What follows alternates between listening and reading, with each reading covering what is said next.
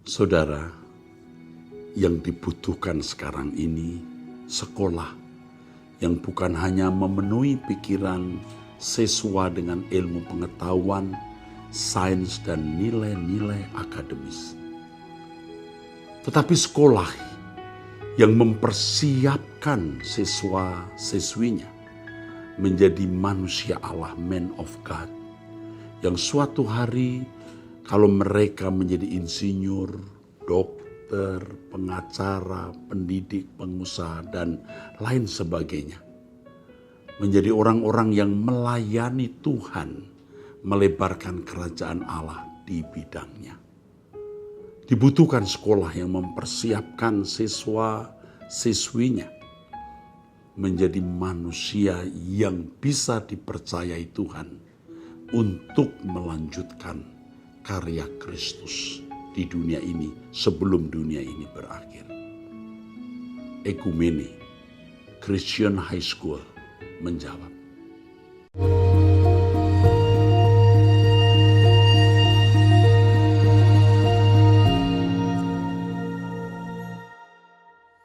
Shalom saudara, kita memasuki Abam episode 582. Pertanyaan pertama, saya mau bertanya, bagaimana hidup di dalam Tuhan dan mengasihi Papa saya yang tanpa batas? Mengasihi Papa saya tanpa batas. Kamu dengerin khotbah Omeras tiap hari. Ikut doa dengan saya setiap pagi. Kamu akan tahu bagaimana hidup di dalam Tuhan. Dan kamu akan bisa mengasihi Papa tanpa batas. Tapi ingat ya, mestinya yang tanpa batas itu hanya untuk Tuhan, bukan untuk siapapun. Ya. Tapi kalau kamu mengasihi Tuhan tanpa batas, pasti kamu mengasihi Tuhan dengan benar. Oke. Berikutnya dari wanita usia 22 tahun. Maaf Pak, maaf Kak, saya mau bertanya.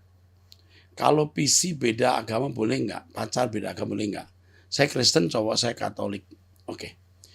Kalau Anda Kristen, dia Katolik, itu bukan beda agama, nak. Itu beda aliran. Ya. Kalau dia dewasa rohani dan bisa diajak mengenal suara kebenaran, tidak menjadi masalah. Tetapi apakah dia Katolik, apakah dia Protestan? Kalau masih prosetan ya percuma.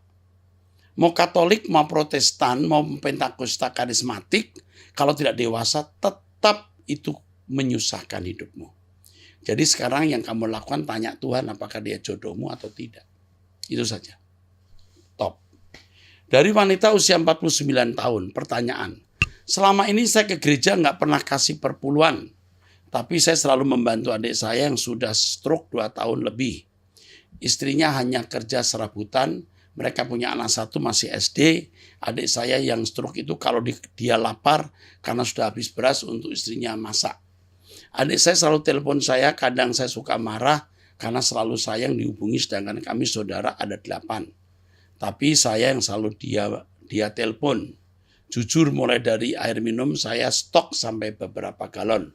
Mau nyuci baju sabun saya kasih. Biskuit untuk dia dan anaknya juga istrinya buat cemilan saya beli. Jujur saya sampai ngomong, kalau saya sudah mati baru kalian berhenti minta-minta. Juga adik-adik saya selalu minta bantuan ke saya dan gitu saya tidak bantu bukannya terima kasih malah katain saya macam-macam. Begitu saya tidak bantu bukannya terima. Begitu saya sudah bantu bukannya terima kasih malah katain saya macam-macam karena saya nagih uang yang mereka pinjam, karena saya lagi masuk rumah sakit, mohon maaf Pak, apa saya salah karena tidak memberikan perpuluhan. Oke, soal perpuluhan yang pertama, uang kita, harta kita milik Tuhan, biar Tuhan yang memberi petunjuk berapa yang harus kita persembahkan untuk Tuhan. Kamu harus merasa terhormat bisa menolong adikmu atau siapapun yang memang membutuhkan pertolongan. Sedangkan saudara-saudara yang lain yang sudah cukup, kamu tidak perlu bantu. Itu akan membuat mereka rusak. Kalau minjam duit, kamu harus berkata tidak ada uang untuk dipinjamkan kalau kamu sendiri juga susah. Ya, kamu akan dimanfaatkan dan diperdaya dan kamu susah. Kamu harus berkata tidak, bukan kejam. Karena kamu harus mendidik adik-adikmu atau keluargamu yang mau menjadikan kamu ATM mereka. Dan itu jahat. Dan itu kebiasaan di mana-mana begitu. Bukan satu kasus. Saya sudah melihat banyak kasus. Lalu, kalau adikmu tadi yang memang stroke menjadi tanggung jawabmu, kamu tetap bantu. Kamu tidak akan pernah menjadi miskin gara-gara itu. Tidak usah berkata, kalau saya mati kamu baru tidak minta-minta. Jangan berkata begitu. Tetapi saya mau tanya, istrinya kerja itu serabutan, tapi cukup nggak? Jangan istrinya juga bisa memberi, bisa belanja, tapi karena kamu memberi, dia tidak mau berusaha. Kamu harus mulai memperhitungkan berapa jumlah yang kamu berikan untuk adikmu yang stroke itu. Jangan terlalu banyak yang membuat mereka akhirnya tidak berusaha sendiri. Ya, itu penting. Jangan sampai istrinya punya uang yang sebenarnya cukup bisa membeli air, tapi karena kamu memberi air, dia juga akhirnya tidak membeli air. Dia tidak tanggung jawab akhirnya. Membantu adikmu itu mutlak dan itu kehormatan. Jangan marah. Tetapi kamu harus mempertimbangkan berapa jumlah penghasilan istrinya supaya kamu tidak memberi berlebihan dan membuat mereka malas. Mengenai anaknya yang sekolah, kamu harus perhatikan dengan serius. Oke? Cukup. Dari wanita usia 45 tahun. Terima kasih Pak Erastus, saya menikah dengan seorang Katolik, kami menikah secara Kristen, kami berdua menempuh pendidikan yang sama. Kami memiliki 2 putra, suami saya senang dengan Feng Shui. Nah, ramalan maksudnya ya. Kemarin saya diajak kembali menanyakan waktu sesuai arah mata angin yang tepat untuk pindah rumah. Akhirnya malam itu yang biasanya saya tidak ikut dan tidak tertarik, saya mulai tergoda menanyakan perihal di mana untuk sekolahan anak saya yang kecil dan juga untuk pengobatan ayah saya. Dan keesokan hati saya sangat teramat berduka karena merasa sudah berbuat dosa. Ya, kamu bukan hanya berbuat dosa, kamu sangat berbuat dosa, sangat, dan itu menjijikkan. Tuhan marah. Ya, bertanya kepada dukun, bergantung pada Feng Shui itu mendukakan hati Allah. Ini berat hukumannya kalau kamu tidak bertobat. Seakan tidak percaya Tuhan, saya berduka dan mendukakan Roh Kudus. Ya. Segera saya berbenah hati dan mohon ampun. Oke. Bagus. Apakah saya tetap mengikuti suami untuk mengikuti arah mata angin untuk pindah rumah? Sebaiknya kamu berkata tidak. Tetapi kalau suamimu berkeras, kamu tidak berdaya, kamu mengalah saja. Kamu putuskan itu dalam nama Yesus. Kamu putuskan semua perhitungan arah angin saya patahkan dalam nama Yesus. Katakan begitu. Atau tetap mengalir sambil berdoa. Kemudian apakah saya harus berpuasa untuk menebus kesalahan saya dalam beriman? Bisa ya, bisa tidak. Tidak pun Tuhan sudah mengampuni dan melupakan. Jangan lakukan lagi. Ya, lebih baik kamu merugi apapun tapi jangan ikut pergi ke dukun atau terlibat dengan okultisme. Saya benar-benar menyesal langsung sesudah kejadian itu, merasa tidak memiliki damai sejahtera. Dan apakah dengan saya melakukan itu, apakah Tuhan akan murka dengan saya? Tuhan marah, tapi Tuhan mengampuni. Jangan lakukan lagi. Saya benar-benar takut karena sudah seperti menduakan Tuhan. Iya. Terima kasih Pak Pendeta, Tuhan memberkati. Cukup nasihat saya ya. Berikutnya dari pria usia 42 tahun, sudah cerai. Pertanyaan, calon istri baru saya sering selingkuh. Bagaimana saya menghadapinya? Padahal kami sudah tunangan, apakah harus tinggalkan? Harus tinggalkan. Kamu sudah cerai, kamu sebaiknya tidak nikah lagi. Dengan usia 42 tahun ini kamu cari Tuhan saja. Tapi kalau kamu harus menikah dari Tuhan. Dan kalau kamu perlu punya calon, ini baru calon saja sudah selingkuh, udah kamu tinggalkan dia, ya. Jangan menikah dengan wanita ini. Berikutnya dari wanita usia 50 tahun. Salam, selamat siang Pak. Mau tanya perpuluhan itu perlu atau tidak? Saya dengar dari beberapa pendeta mengatakan tidak perlu, tapi ada satu pendeta mengatakan perlu, karena itu haknya Tuhan, milik Tuhan. Jadi mana yang benar? Begini, saya tidak katakan yang benar mana, dua-duanya salah kali. Loh gimana? Begini, memberi untuk pekerjaan Tuhan itu harus. Tapi tidak harus perpuluhan, bisa 20%, bisa 30%. Tergantung Roh Kudus menggerakkan kamu, maka kamu harus punya kepekaan terhadap kehendak Tuhan, Bu. Usiamu 50 tahun mestinya sudah peka. Seluruh harta kita itu milik Tuhan. Ini ada kalimat, perlu karena itu haknya Tuhan. Hak Tuhan itu 100% dari semua yang kita miliki. Sampai setiap kata yang kita ucapkan pun harus kita sesuaikan dengan kehendak Allah. Apalagi jumlah uang kita. Jangan belanja sembarangan, jangan membelanjakan uang suka-suka sendiri. Jadi ke gereja mana engkau mendapatkan pemeliharaan rohani, engkau wajib memberikan persembahan. Berapa persen tanya kepada Tuhan. Tapi wajib kamu beri. Kalau kamu punya 3 rumah, 1 rumah kamu jual, kau berikan ke gereja juga, itu hal biasa, kan itu milik Tuhan. Kalau gerejamu sedang membangun misalnya. Jangan perhitungan dengan Tuhan. Dan kalau ada orang susah di sekitarmu, kamu bantu. Itu juga pekerjaan Tuhan. Oke?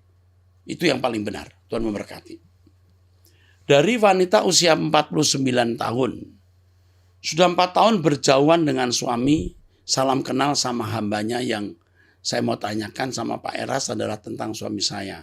Saya punya anak 5 orang, Pak, dan saya tidak ada kerjaan, serabutan. 4 tahun yang lalu saya pisah sama suami saya. Dia suka minum, pemarah dan mau mukul dan kasar orangnya. Lalu saya tinggalkan dia dan saya hidup bersama ke 5 anak saya. Anak saya saat ini udah besar, Pak. Mau kuliah tidak ada biaya dan belum dapat kerjaan. Sementara saya baru datang dari Bengkulu dan mengadu nasib di Bogor. Udah 1 tahun saya di sini. Dan saya sering mengikuti khotbah Bapak dan doa pagi saya rutin mengikutinya. Yang saya mau tanyakan sama Bapak, apa pantas saya memaafkan suami saya dan menerima dia kembali karena suami saya masih jual tua dan hidup bebas dan minta rujuk kembali. Tolong Pak, apa yang harus saya buat dan saya bingung. Kamu saya kira jangan kumpul dulu dengan suami semacam ini. Suami seperti ini suami yang tidak bertanggung jawab dan akan merusak kehidupanmu dan anak-anakmu. Oke? Jangan kumpul dulu, digantung saja. Seorang konselor akan mendampingi kamu dan akan menelpon kamu. Oke? Ya. Dari wanita usia 57 tahun sudah menikah. Salam Pak Erastus, izinkan saya bertanya, apakah boleh kita menerima hosti di gereja Katolik pada saat pemberkatan pernikahan saudara, sedangkan kami keluarga dari GBI atau dari gereja non-Katolik? Terima kasih sebelumnya, semoga Pak Eras keluarga selalu dalam lingkungan Tuhan. Ya kita terima hosti lalu jadikan itu perjamuan kudus, ya tidak menjadi masalah lah. Ya, tidak jadi masalah. Kamu menolak bahkan itu kan jadi batu sandungan. Terima hosti apa ruginya dan percaya darah Yesus, tubuh Yesus dipecahkan. Dan kamu jadikan itu sarana perjamuan kudus. Oke, tidak masalah. Dari wanita dari Kupang ini. Sebelumnya saya berterima kasih kepada Om karena setiap kebenaran yang disampaikan Om Eras yang murni dan sejati dari isi hati Bapak. Saya mau bertanya Om Eras, bagaimana supaya kita sebagai remaja bisa menahan diri dalam hal pergaulan yang rusak ini? Karena dunia sudah menjadi rusak, Om. Ini masih remaja atau muda ya? Umurnya tidak ada ini. Saya tidak bisa menahan diri saat berkumpul dengan teman-teman saya yang tidak mengenal kebenaran. Saya tidak mau lakukan lagi, tetapi saat berkumpul dengan teman-teman selalu terbawa arus saat berkumpul itu. Bagaimana saya bisa supaya tidak kompromi terhadap teman-teman saya, Om? Kamu jangan kumpul lagi dengan mereka, itu saja jalannya. Kenapa mesti kumpul dengan mereka? Kamu jangan kumpul lagi dengan mereka. Kalau kamu kumpul ya sebentar saja say hello sudah. Kalau terpaksa terjebak, jika kamu diajak melakukan hal yang tidak patut, kamu berkata saya nggak mau. Tegas supaya kamu bisa menjadi berkat. Kau bilang saya tidak mau. Cukup. Supaya kamu jadi berkat. Paham? Udah. Kamu ikuti khotbah Om Eras, doa pagi bersama Om Eras, jauhi pergaulan seperti itu, tidak punya teman, tidak apa-apa. Daripada kau punya teman, di bumi kau masuk neraka. Oke? Puji Tuhan, nak, aku salut sama kamu. Dari wanita usia 38. Salam Pak Eras, puji Tuhan, saya sudah lama mengenal Pak Eras dan pengajaran Pak Eras. Dan pikiran saya terbuka sebagai pengikut Tuhan. sejak saya mendengarkan pengajaran Bapak dan saya sangat diberkati. Saya berjemaat di satu gereja. Tapi anehnya gereja kami tidak terdaftar dan masuk dalam wilayah daerah manapun. Banyak hal yang saya rasa aneh di gereja kami tentang sikap seorang suami istri gembala. Banyak jemaat yang setia keluar dari gereja karena ucapan ibu gembala kami. Malah beliau yang kadang memberhentikan pelayanan gereja seseorang karena alasan beliau tidak suka dan lagi marah dengan orang tersebut.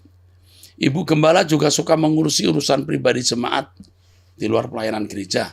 Bahkan sering menunjukkan muka cemberut saat ibadah, bad mood, dan wajah tidak senang saat dia tidak suka sama seseorang. Dan lebih parahnya Pak, beliau suka memprovokasi tim pelayanan, majelis dan pengembalaan untuk mengikuti moodnya dia, sehingga mereka pada ketularan juteknya. Dia ingin dinomorsatukan Pak, kalau ada hal di jemaat, misalkan jemaat mau nikah atau kedukaan, dia jadi marah dan kesal bila jemaat lebih tahu dari dia. Dan dia tidak suka kalau orang yang dekat dengan dia dekat juga dengan orang lain. Dan dia juga merasa sikap dia benar. Pernah satu ketika untuk ketiga kalinya dia ikut tumpang tangan saat pemberkatan pernikahan Pak. Berdiri di belakang pengantin. Dia nggak sabar Pak kalau banyak orang yang tidak suka dengan sikap dia. Dia nggak sadar. Bertahun-tahun keadaan gereja kami seperti ini Pak. Beliau juga tidak suka dengan Pak Eras. Makanya kami suami istri menjadi ancaman buat gereja kami karena mengkonsumsi pengajaran Pak Eras. Sering disindir di setiap khotbah. Oh ya Pak, ada salah satu sumber yang mengatakan dan dengar langsung dari orang tuanya kalau ibu gembala kami akan puas kalau orang itu dibikin nangis. Dengar dari orang tua ibu gembala ini. Saat masih kecil, saat rambut adiknya diikat dua, dia menggunting rambut adiknya sampai batas ikatan dan adiknya nangis Pak. Oh gitu. Itu kan waktu kecil ya. Masih dibawa kah setelah dewasa? Bagaimana tanggapan Bapak tentang ibu gembala kami yang bersikap seperti itu Pak? Seolah-olah kami berdoa buat dia dari dulu dan tidak ada perubahan. Oke. Umurnya 38 ini wanitanya. Yang kedua Pak, ada keduanya. Bapak Gembala pernah berkata saat khotbah, kalau tidak kasih perpuluhan putus kontrak perjanjian dengan Tuhan.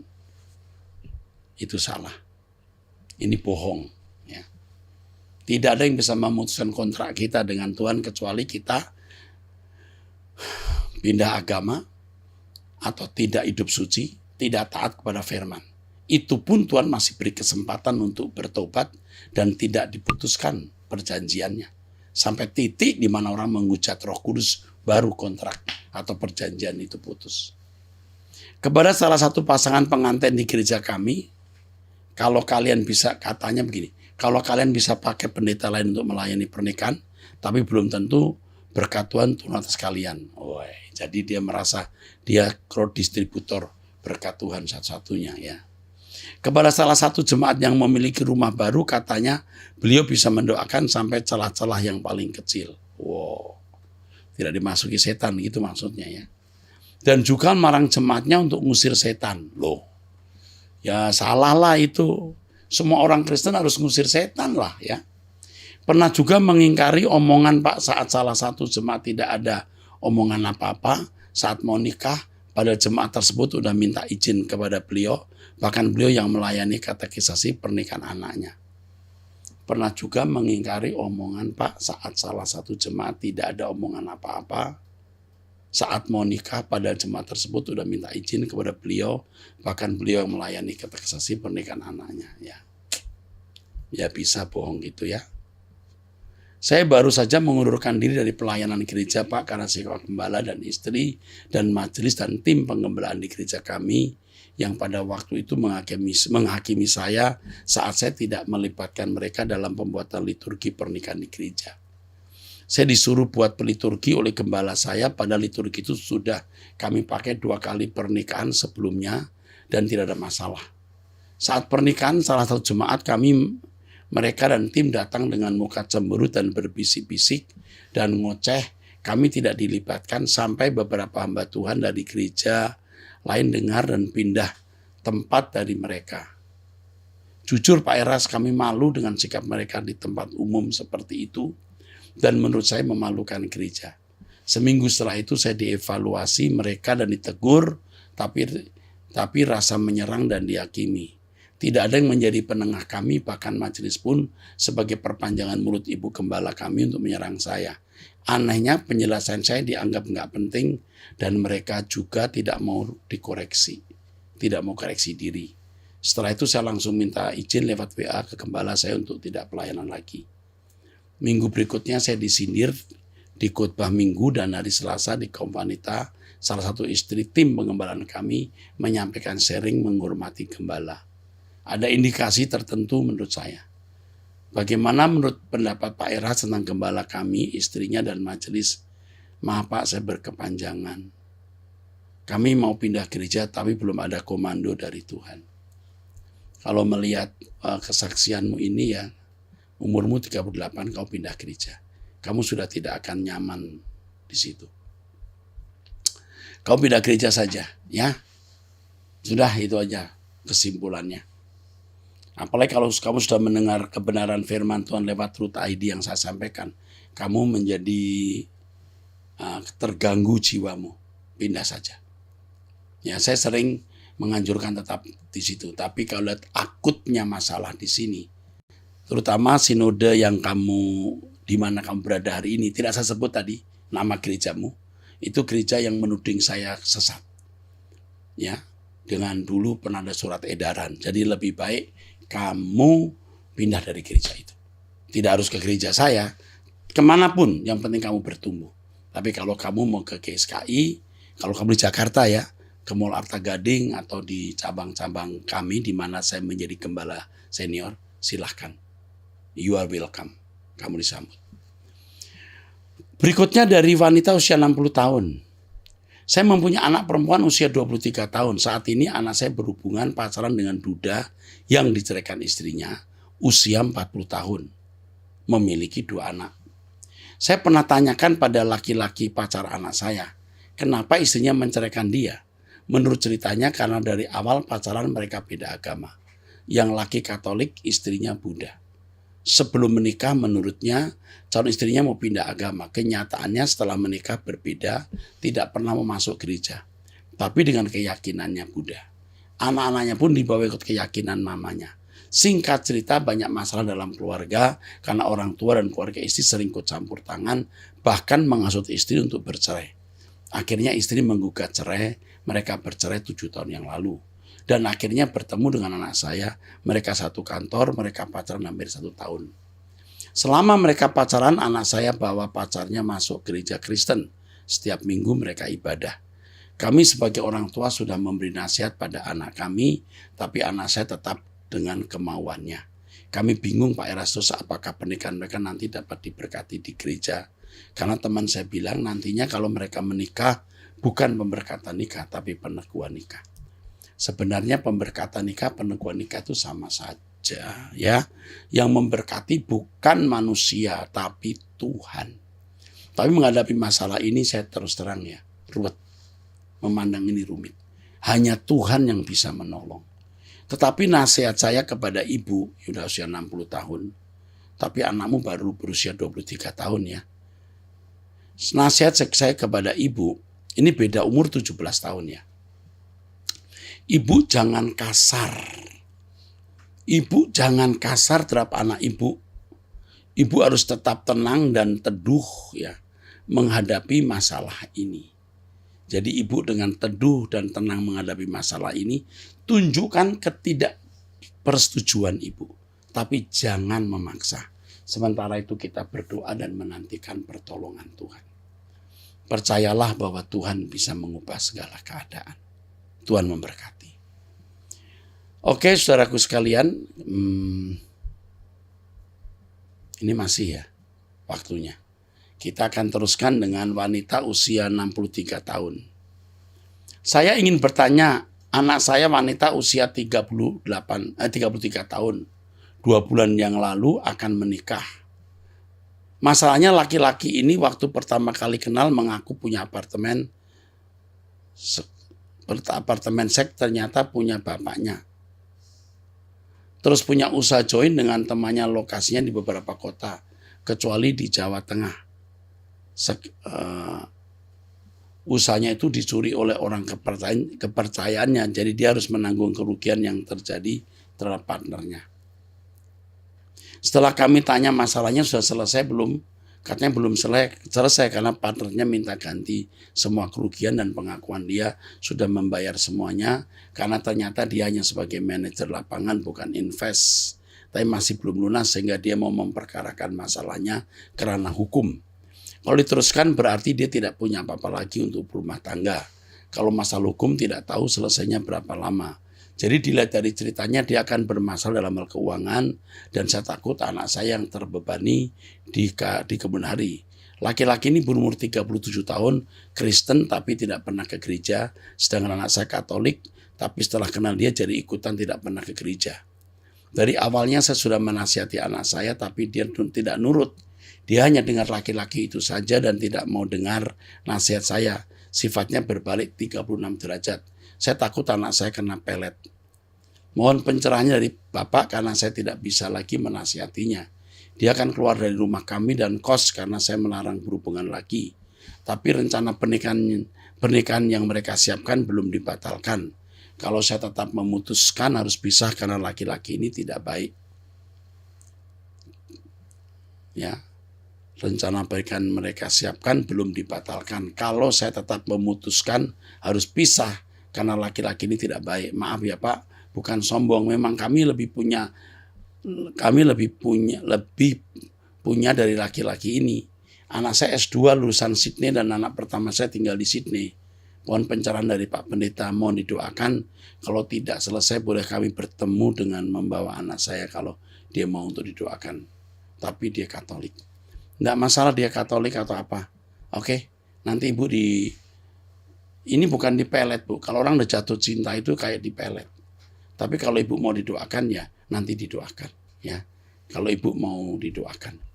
Tapi kalau dia ngaku-ngaku A lalu ternyata tidak, ternyata B, ini laki-laki pembohong yang begini, bahaya untuk masa depan anak Ibu. Mestinya ya jangan menikah dengan pria seperti ini. Tapi kalau anak Ibu masih mau didoakan itu kabar baik sebenarnya. Makanya Ibu jangan keras dulu sampai dia ngekos. Kalau dia udah kos, waduh bahaya Bu. Dia bisa bebas buat apa saja. Anak Ibu umur 33 tahun ya sudah mungkin pengen cepat menikah. Aduh, ini pria ini menurut saya tidak berkualitas baik. Ya, mengaku punya apartemen padahal bukan apartemen dia ya, apartemen orang tuanya ya, mungkin juga bisa diaku miliknya. Tapi ada kebohongan di situ. Kalau ada kebohongan yang lain, nah ini juga menunjukkan bukan pria yang baik.